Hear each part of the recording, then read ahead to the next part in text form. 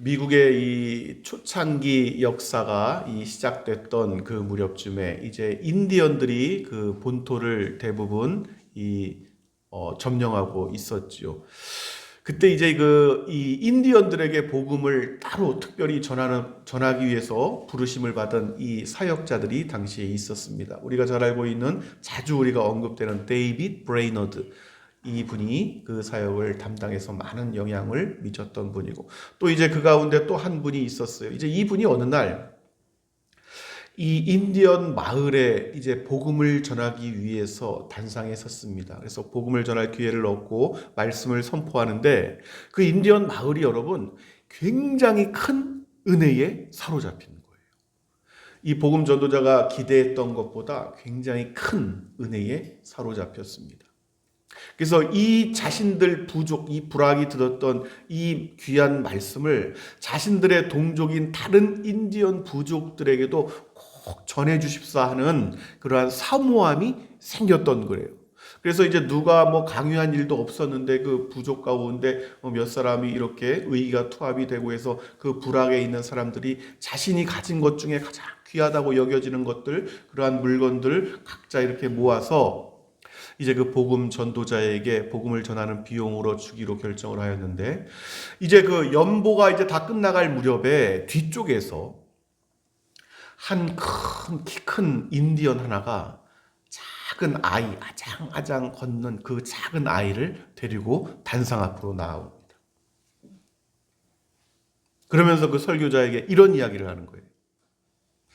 여기 있는 모두가 자신에게 가장 소중한 물건을 드리는데, 자신에게 있어서 가장 소중한 것은 돈이나 다른 것들이 아니라 바로 이 아이입니다. 이 아이를 하나님께 드리고 싶으니 이 아이를 하나님을 위해서 마음껏 사용하여 주십시오. 할렐루야. 이 복음 전도자가 나중에 자신이 사역했던 모든 기간 중에 가장 큰 연보를 받은 날로 바로 이 날을 고백했다 하는 것이죠. 할렐루야.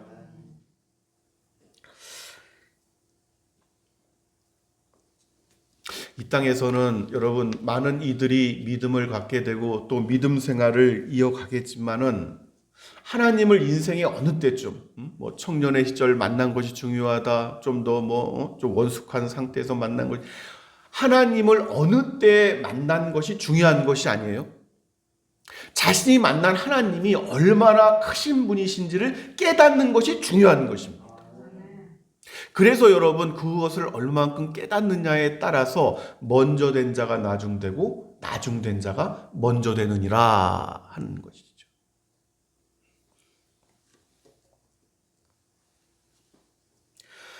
그러니까 거듭 하나님이 어떠한 분이신가, 또 교회는 어떠한 것인가, 여러 가지 이러한 것들에 대해서 자주 우리가 반복하고 또 상고하는 것이 바로 여기에 있는 것이고, 하나님께서 어떠한 분이신지를 깨닫는 것이 가장 큰 지혜인 줄로 믿습니다. 이 땅에서 가장 큰 지혜는 바로 여기에 있단 말이죠.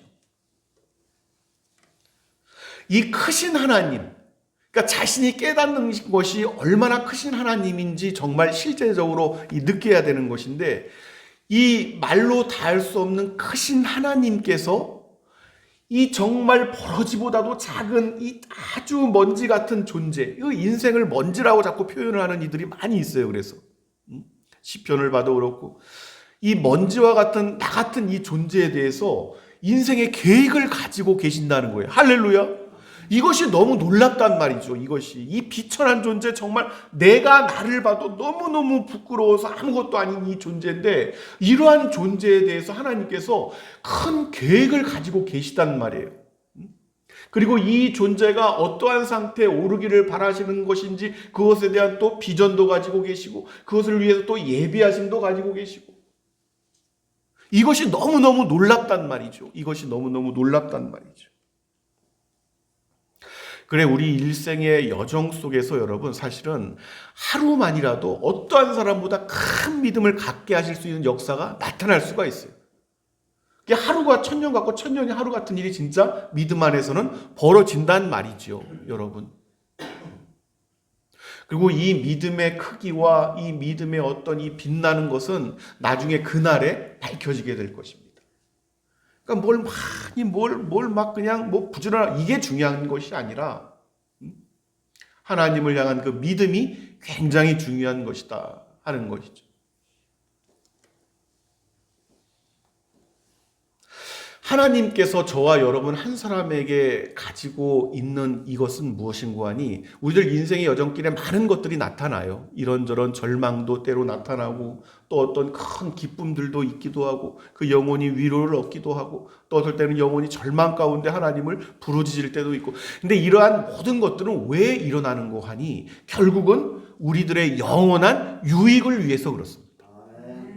이것은 절대적인 거예요. 절대적인 것. 인생이 그 모든 것들을 다 이해할 수는 없지만 이러한 모든 것들이 구슬이 꿰어지는 것처럼 또 날실과 홀실이 막 이렇게 엮어지는 어떤 배를 짜는 것처럼 이러한 것들이 다 모여서 우리가 볼 수 없는 것까지 크게 앞에 보면 이게 무슨 그림인가 했는데 뒤에서 보면 말도 다 할 수 없이 큰 그림이 완성되는 것처럼 이러한 일들의 예비하심이 우리의 인생의 여정이다 하는 것이죠.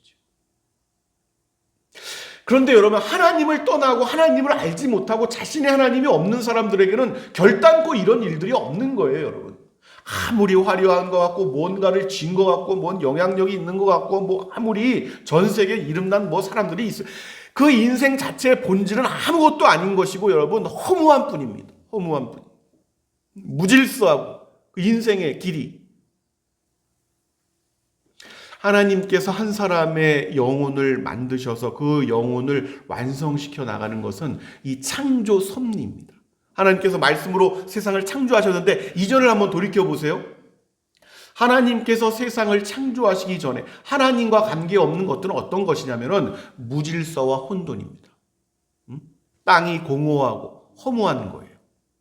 그것이 하나님이 관여하시기 전에 하나님과 관계없는 이들의 이 인생이란 말이죠. 땅이 공허하고 혼돈하고 이러한 상태. 여기에 하나님을 만나게 되면 어떻게 되냐면은 하나님이 운행하십니다. 그 위에 운행하시기 시작하는 거예요. 할렐루야.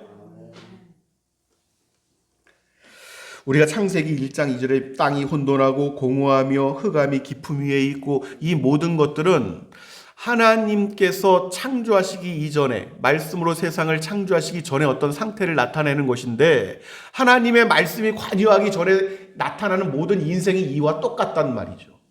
근데 하나님의 신이 그 위에 운행하시면서 그 인생은 완전히 달라지는 것이다. 달라지는 것이다.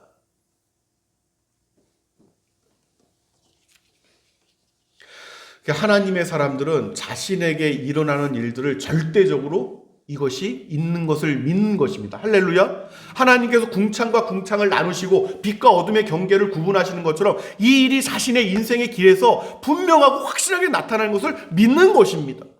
사망의 음침한 골짜기라고 표현하는 것들도 거기를 지날지라도 두려워하지 않는 것은 바로 이 하나님께서 나와 함께 하시기 때문인 것이고 세상이 그곳을 어둡고 음침하다고 부르고 음침하다고 느끼는 것 뿐이지 하나님께서 함께 하실 때는 그렇지 않단 말이에요.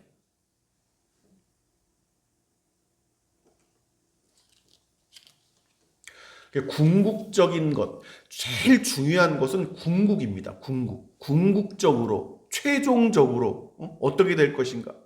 그러니까 우리의 영혼이 이 땅에서뿐만이 아니라 이미 우리는 영혼의 발을 잇댄 사람이에요. 영원해.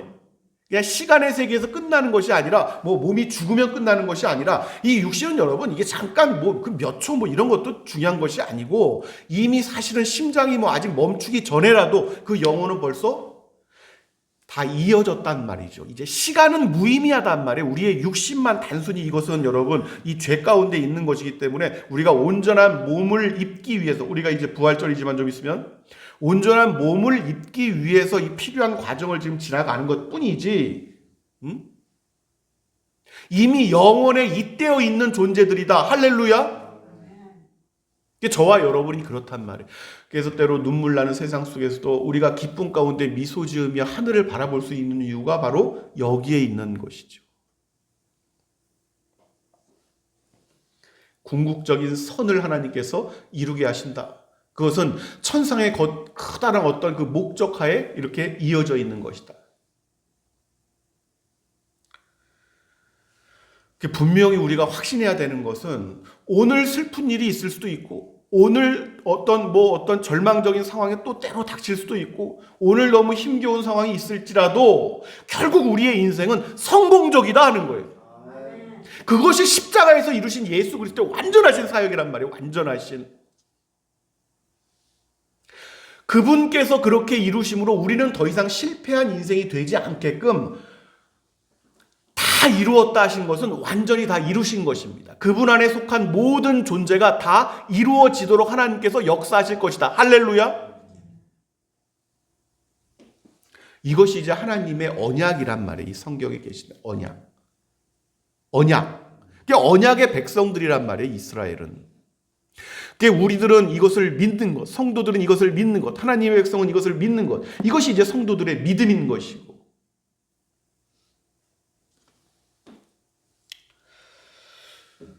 우리가 구약의 족장 시대부터 쭉 이어오면서 지금에 이르기까지 바울의 시대, 또 지금의 이 교회의 시대, 이후의 교회의 시대, 지금까지 이 전부 쭉 보면은 시대적인 여건, 환경, 기질, 다 달란트 다 달랐지만 이들이 공통적으로 사모했던 것이 있습니다.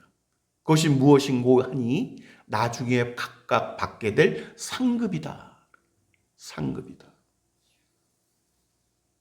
각각 받게 될 상급이 있단 말이에요. 이것은 곳곳에서 여러분 명시되어 있는 것입니다. 그것이 무엇이냐면은 이제 우리가 오늘 3장 8절 말씀을 우리가 봤지만, 심는 이와 물 주는 이는 한 가지나 각각 자기가 일한 대로 자기의 상을 받으리라. 각각 일한 대로. 또 오늘 주신 말씀 13절 이하를 보면 이렇게 말씀하고 있어요. 13절 이하에 보면 각 사람의 공적이 나타날 터인데 그날이 공적을 밝히리니, 그날이 이는 불로 나타내고 그 불이 각 사람의 공적이 어떠한 것을 시험할 것임이니라. 이렇게 이제 말씀하고 있죠. 이 공적이라는 것은 뭐예요? 어떤 노력과 수고를 공을 들여서 그 공을 쌓을 적, 이것을 막 마음을 다해서 애쓰고 이제 쌓아 놓는 것, 이것이 이제 한자로 이렇게 공적하면 이제 그런 것이죠. 그것이 이제 쌓아 놓는 것. 마음을 다해서 작은 것부터, 여러분 어떤 사람은 큼직한 돌들만 이렇게 쌓아놓은 사람도 있지만, 어떤 이는 작은 것 하나하나 티끌모아 태선이라고 작은 것들을 이렇게 쌓아가는 사람이 있어요.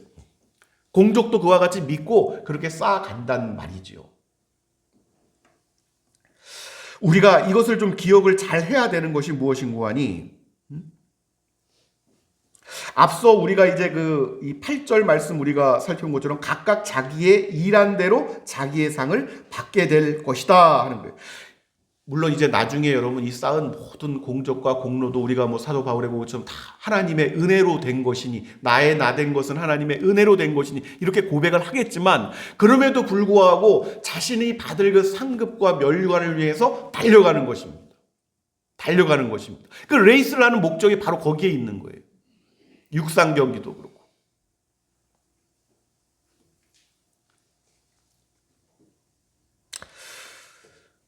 우리가 분명한 것은 믿음이라고 하는 것은 그냥 여러 가지로 표현이 되고 표현이 되겠지만, 사모함의 결국은 있습니다. 이 믿음은 사모함. 이 사모함이라는 것이 무엇인고 하니, 각각 주어진 자신의 인생의 시간들이 있단 말이죠. 근데 그 인생에 주어진 시간을 어떤 사람은 많이 사모하고 어떤 사람은 덜 사모하는 사람이 있어요. 내게 주신 시간의 한순간 한순간을 매우 애틋하고 귀하게 여기면서 그 시간을 자신에게 주신 그 상급을 바라보면서 달려가는 이들이 있고, 주어진 시간들이 언제든 그냥 끝나면 끝나는가 보다 이렇게 그 자체의 시간을 소중히 여기지 않는 사람들이 있습니다. 근데 우리가 시편이나 자문이나 곳곳에 보면 시간이 얼마나 중요한 것을 아주 자주 강조하는 이유가 바로 따로 있는 것인데, 그 사모함이라는 것은 무엇인고 하니 여러분, 예수 그리스도에 대한 기대함입니다. 우리가 병고침을 받은 많은 이들이 나타나고 예수님을 만난 사람들이 많이 나타나는데, 이들이 어떠한 마음이었던가 다 달라요. 혈루증 걸린 여인이 예수 그리스도의 어떤 이 은혜를 사모해서 이 옷자락만 내가 잡아도, 옷자락만 잡아도, 만져도 내가 나을 것이라는 믿음이 있는, 이 사모함이 있는 이에게 병 고침의 역사가 나타나는 것입니다. 그 영혼도 그런 것이고, 이것이 크게 보아서 인생 전체가 그렇단 말이에요. 사모함이 있는 이들에게 쌓을 수 있는 공적들도 그렇게 생기는 것이고, 그래서 쌓아가는 것도 사모함 때문에 쌓아가는 것이고.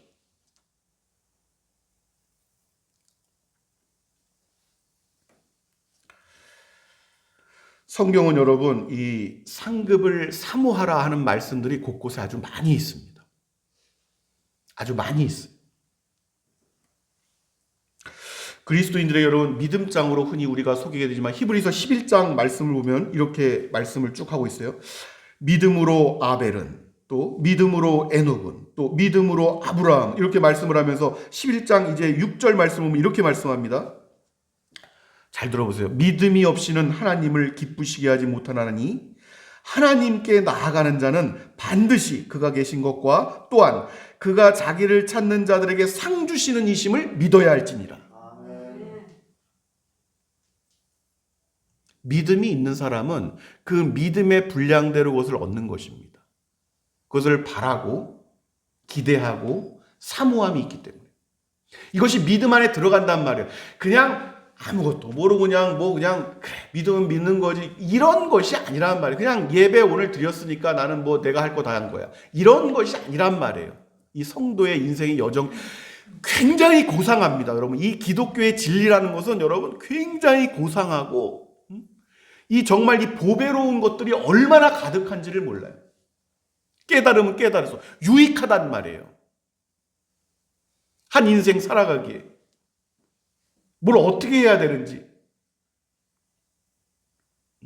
현대시대는 많은 것, 정보가 곧 재산이다, 돈이다, 이런 얘기들도 많이 하죠. 부동산이든 주식이든 사람들 아주 많이들 돈에 투자를 하는 것들도 정보를 찾아다니잖아요. 어디가 개발 안 되더라, 어디가 어떻게 된 데더라, 주식은 또 어떤 회사가 유망하다더라, 해가지고 여러 가지 것들이 있죠.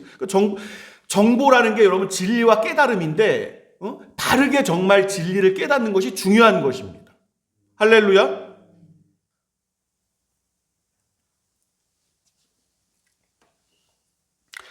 하나님의 사람들은 여러분, 이 진리를 이제 깨닫게 되면은 점점 자유해짐이 무엇인지를 압니다. 자유함에 대해서. 진리를 깨달았다고 해서 자유를 남용해서는 안 돼요. 남용해서는 안 돼요. 자유함이 그 사람을 망하게 하지는 않겠지만은, 그 자유함을 얻었다고 해서 그 자유함을 남용해서는 안 된단 말이에요. 정말 성숙하게 되면 그럴 수도 없겠지만은. 자유함을 누리되 그 자유함을 그 인생에 주신 시간 속에서 어떻게 사용하실 것인가 하는 거예요. 그러니까 진리를 알지니 그 진리가 너희를 자유케 할 것이라고 그랬는데, 이게 바람과 같고 어디에 막 구속되어 있는 것 같지도 않고, 그런데 그럼에도 불구하고 그 사람의 인생에 질서가 있고, 이제 이러한 일들이 그래서 나타나는 것이죠. 여기에 중요한 것은 그 자유를, 진리를 깨달았다고 해서 남용하지 못하는 것은 주어진 시간이 한정적이기 때문에 그렇습니다. 길지가 않단 말이에요. 그렇게 살 만큼 길지가 않단 말이에요. 생각보다. 장로님, 우리가 엊그제를 돌아보세요. 우리 찬양이만큼 젊었을 때가 바로 엊그제였단 말이에요. 집사님 마찬가지고. 근데 금방 몸이 늙은 거예요. 금방 몸이 늙은 거예요. 마음은 똑같은데.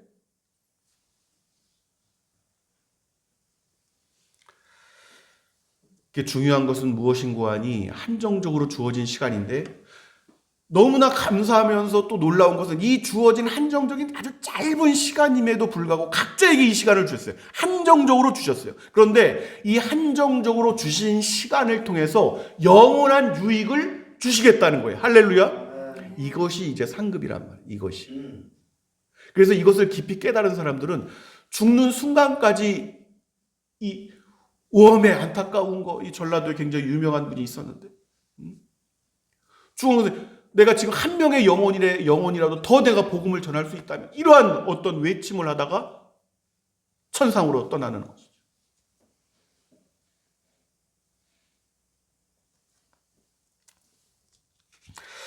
그 한시적인 이 땅에서의 지혜가 여러분 그 곳곳에 정말 이 보석과 같은 진리의 말씀이 가득합니다.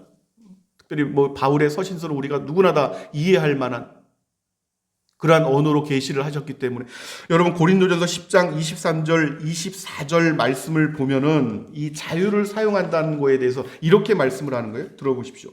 고린도전서 10장 23절 24절 말씀인데 모든 것이 가하나 모든 것이 유익한 것은 아니요 모든 것이 가하나 모든 것이 덕을 세우는 것은 아니니 누구든지 자기의 유익을 구하지 말고 남의 유익을 구하라.